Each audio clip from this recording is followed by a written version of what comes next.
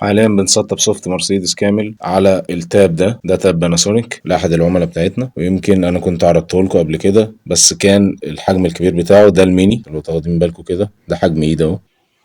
ده القلم، استخدمه كده.